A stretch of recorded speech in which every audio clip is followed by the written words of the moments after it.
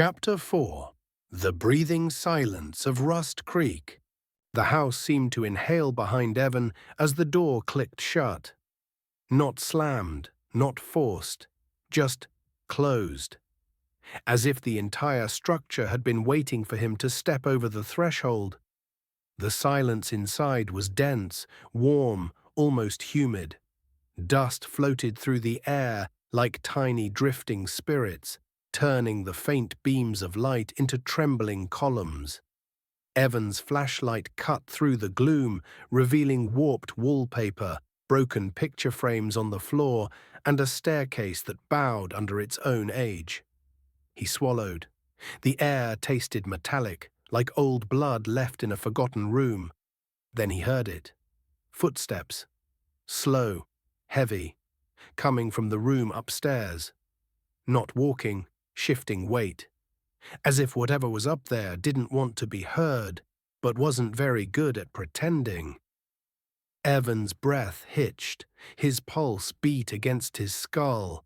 Every survival instinct screamed at him to turn around, kick the door open, and run until the trees blurred behind him. But his legs carried him deeper instead.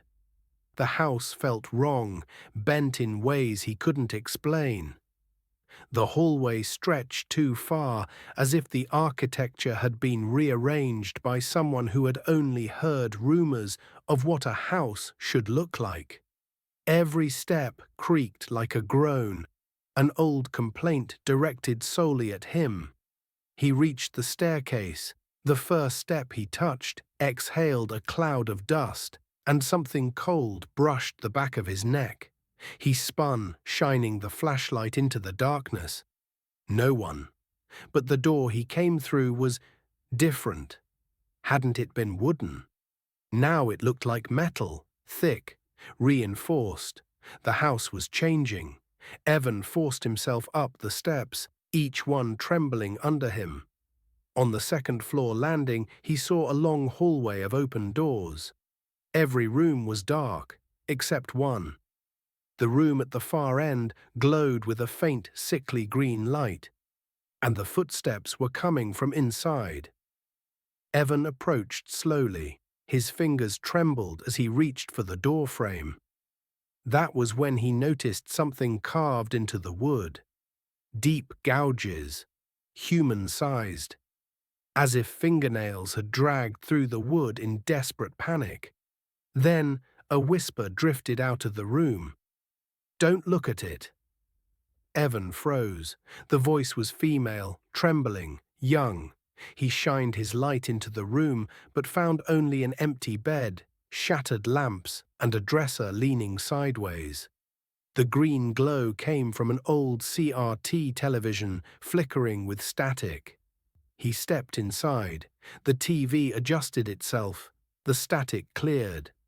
A video began to play. Evan's stomach dropped.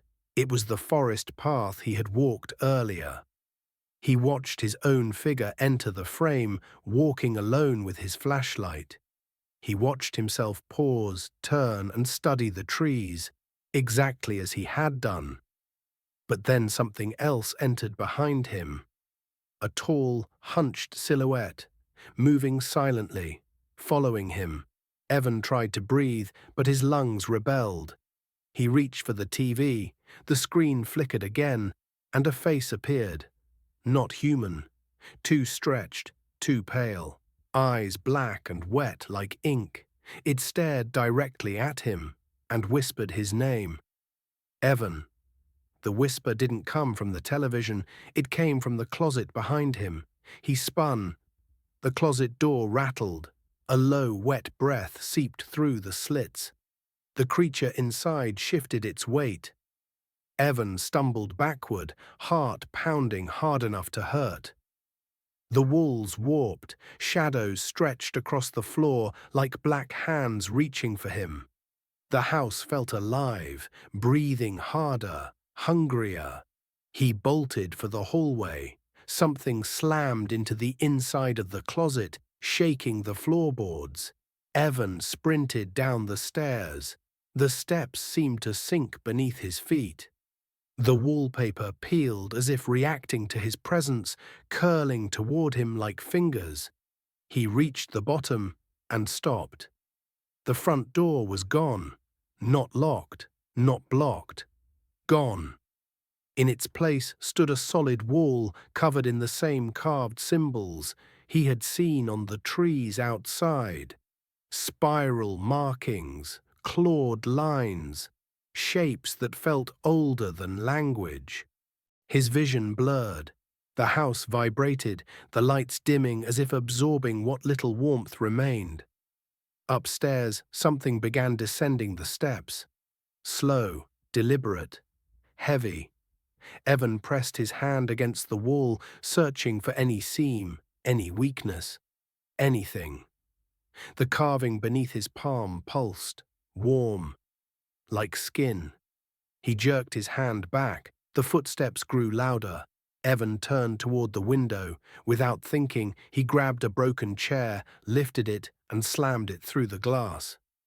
The window shattered, spraying cold air across his face.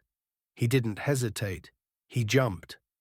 Branches scraped his arms as he tumbled into the dirt outside.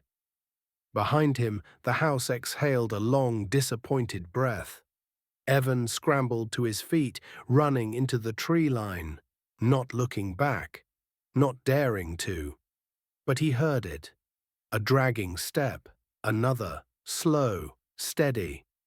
The thing inside the house was no longer inside. It was following him, and Rust Creek was done hiding.